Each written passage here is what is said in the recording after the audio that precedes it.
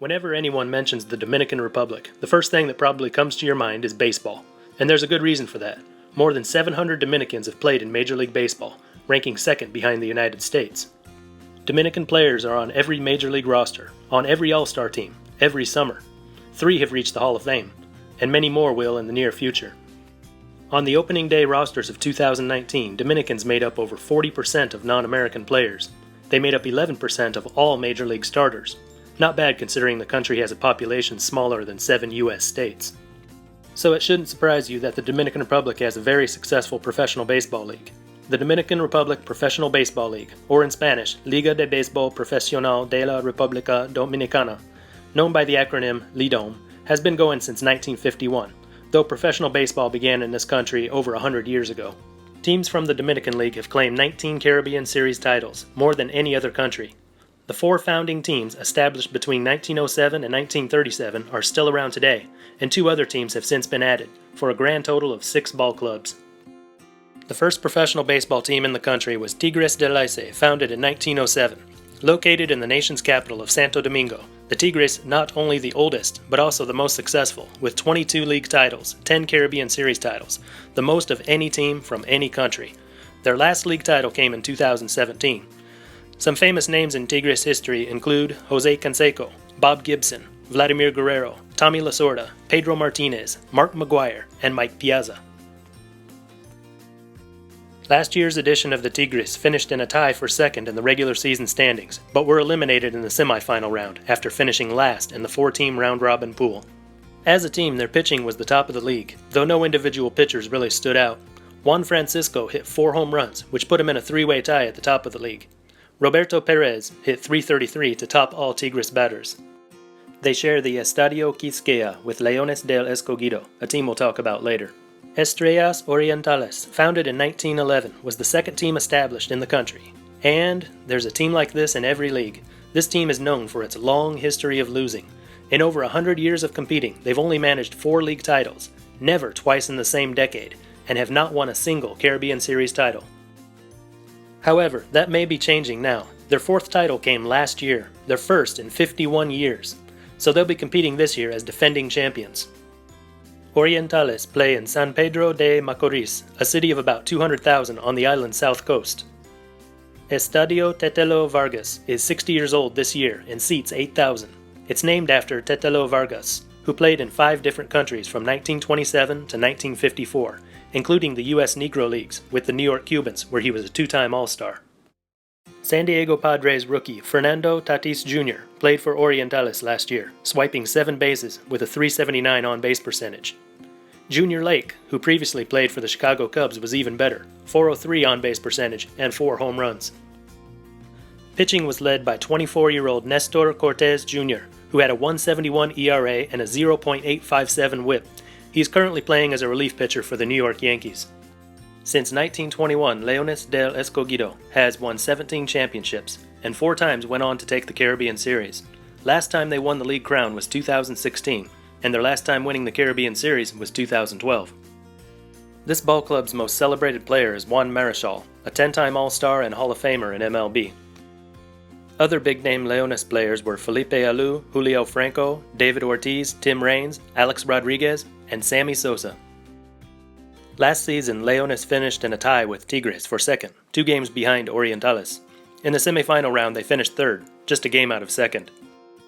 As a team, they were last in batting with no offensive players worth mentioning here. Pitching was good though. Josh Lowy went 6-2 to lead the league in wins, and his .210 ERA was also among the league leaders. Aguilas Cibaenas was the 4th founding team, getting its start in 1933, and since that year, they've been the league's most successful team, 21 national titles, and 5 Caribbean Series championships. Santiago, the 2nd largest city in the DR, is where they play. It's the furthest north and furthest east of any city in LIDOM. 18,000 capacity Estadio Cibao has been their home since 1958. Former Aguilas players currently on Major League rosters exceeds that of any other team. Among them are Edwin Encarnacion, Jose Reyes, and Luis Severino. Some notable retired Aguilas players are Bartolo Colon, Terry Francona, and Manny Ramirez. Last year, they failed to reach the postseason after finishing 5th in the standings, a disappointing finish for a team that had won it all the season before. Infielder Diego Goris won the batting title with a .350 average. Yuneski Maya was the best in their rotation, 2-1, ERA at .360. Those were the 4 original teams that were around in 1951 when the league started.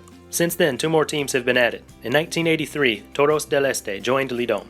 36 years later, they're still waiting for their first Caribbean Series championship. They have won 2 league titles, in 1995 and 2011. La Romana is where they play, a city on the southeastern part of the island. The 10,000-seat Estadio Francisco Micheli has been their home since the team's founding. Nationals catcher Yan Gomez, Astros pitcher Charlie Morton, Cubs first baseman Anthony Rizzo, Rangers DH Hunter Pence, and Yankees catcher Gary Sanchez, just a sampling of the many active big leaguers who once played for Toros. Toros grabbed the final playoff spot with a 4th-place finish at 25 wins and 25 losses. This was strictly an offensive team. Their 3.98 runs per game led the league. They also allowed 3.96 runs per game, the worst in the league. Jordani Valdespin led the league with 14 stolen bases while batting .349. Teammate Ruben Sosa was right behind him with 13 steals. Raul Valdez was their ace. He struck out 53 last year, 1 behind the league leader. His ERA was the team best .305. The league's youngest team is Gigantes del Cibao. Since their inaugural season in 1996, Gigantes have claimed just 1 title, that coming in 2015. That was their highest point. Their lowest point was in the 1998-99 season when they broke the league record for fewest wins, going 9-51 on the season.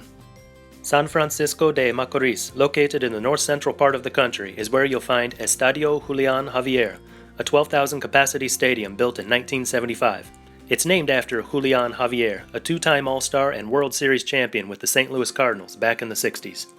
Like every other Dominican team, Gigantes can boast a number of major leaguers past and present. The best of those would have to be Albert Pujols, who played in Cibao in 2002. Others to suit up for Gigantes include Nelson Cruz, Mark Trumbo, and Marcel Ozuna. They could have used some of those guys last year. Gigantes ended the season in the cellar at 20-30. They hit the 2nd most home runs in LIDOM. Reds prospect Jose Siri hit 3 to lead the team, but the team also had the fewest stolen bases in the league. Jake Kalish had a 1.91 ERA through 8 starts, but only had 1 win to show for it, and 3 losses. Those are the 6 teams of the Dominican Professional Baseball League. The regular season starts in mid-October and concludes around Christmas time. After the new year, the postseason gets underway. The top 4 teams play in an 18-game round-robin, just like in Puerto Rico. The top 2 teams move on to the finals and play in a best-of-9 series. The winner of that series marches on to the Caribbean Series. Though Dominican teams have won the Caribbean Series more than any other country, they are currently suffering through their longest title drought ever, having not won it since 2012. The atmosphere at Dominican games is like Major League, but with some added local flavor. The crowd is entertained between innings by women on the dugouts dancing to both rap and merengue, the country's famous local music.